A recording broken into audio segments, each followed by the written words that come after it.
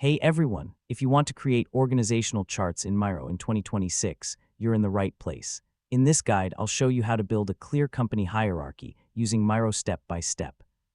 First, an organizational chart is a diagram that shows the structure of a company, including roles, teams, and reporting relationships.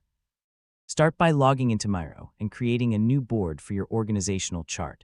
Miro offers ready-made organizational chart templates. Open the template library and select an org chart layout. Start with the highest position, such as CEO or team lead, at the top of the chart. Add managers, team leads, and employees underneath the top-level role.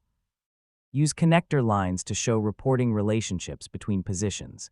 Change colors, shapes, and text styles to make your chart more readable and professional. Invite team members to update roles, add names, and keep the chart up to date. You can export your org chart as a PDF or present it directly from Miro. For best results, keep the structure simple and update the chart whenever team changes happen. A common mistake is overcrowding the chart with too many details, making it hard to read, and that's it. You've successfully learned how to create organizational charts in Miro in 2026.